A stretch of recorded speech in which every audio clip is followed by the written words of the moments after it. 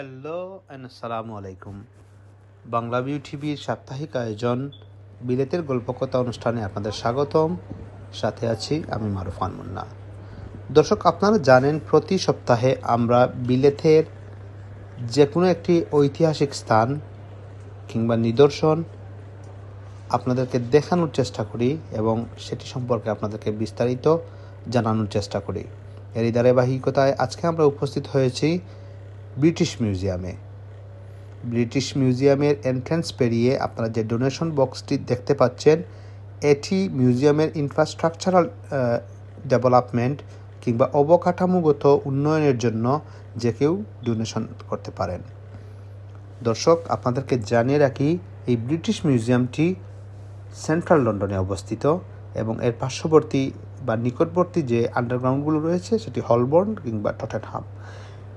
এছাড়াও আপনাদেরকে জানিয়ে রাখি, এই ব্রিটিশ মিউজিয়ামটি আজ থেকে প্রায় 268 বছর আগে প্রতিষ্ঠা হয়েছিল, অর্থাৎ 7th of June 1753-তে এটি প্রতিষ্ঠা করা হয়েছিল।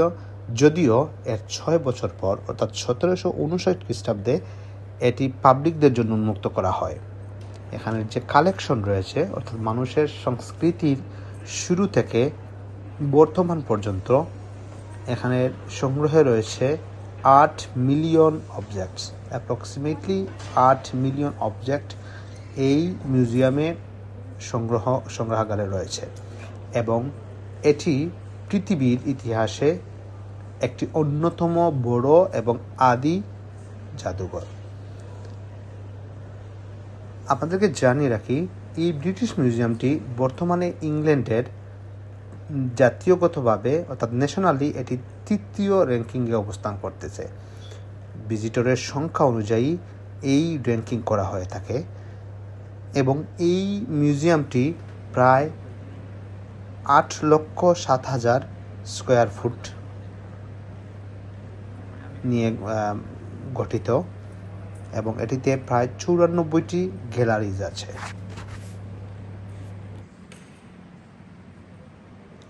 দর্শক, আমরা আপনাদেরকে দেখানোর চেষ্টা করব ব্রিটিশ মিউজিয়ামের ভিতরের বিভিন্ন দৃশ্য, যেখানে আপনারা একটু আগেই দেখতে পেয়েছেন। এখানে স্থান পেয়েছে মানুষের বিবর্তন থেকে শুরু করে এখন পর্যন্ত, অর্থাৎ মানুষের সংস্কৃতির বিবর্তন থেকে শুরু করে এখন পর্যন্ত প্রায় 8 মিলিয়ন অবজেক্টসের।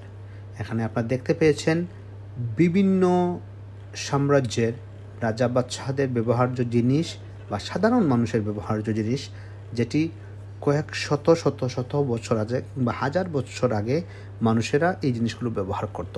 সেই জিনিসগুলো বিভিন্ন দেশ থেকে, বিভিন্ন সাম্রাজ্য থেকে, বিভিন্ন প্রত্নতাত্ত্বিক নিদর্শন হিসাবে সেগুলো সংগ্রহ করে এনেছেন এই ব্রিটিশ মিউজিয়ামের সংগ্রহকারীরা।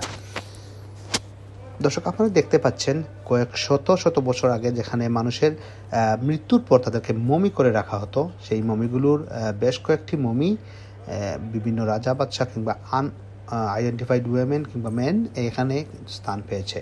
এখানে আমরা দেখতে পাচ্ছি একজন আইডেন্টিফাইড উইমেনের মমি, যেটি হয়তো কোনো রাজা কিংবা কোনো প্রভাবশালী ব্যক্তির স্ত্রী ছিলেন।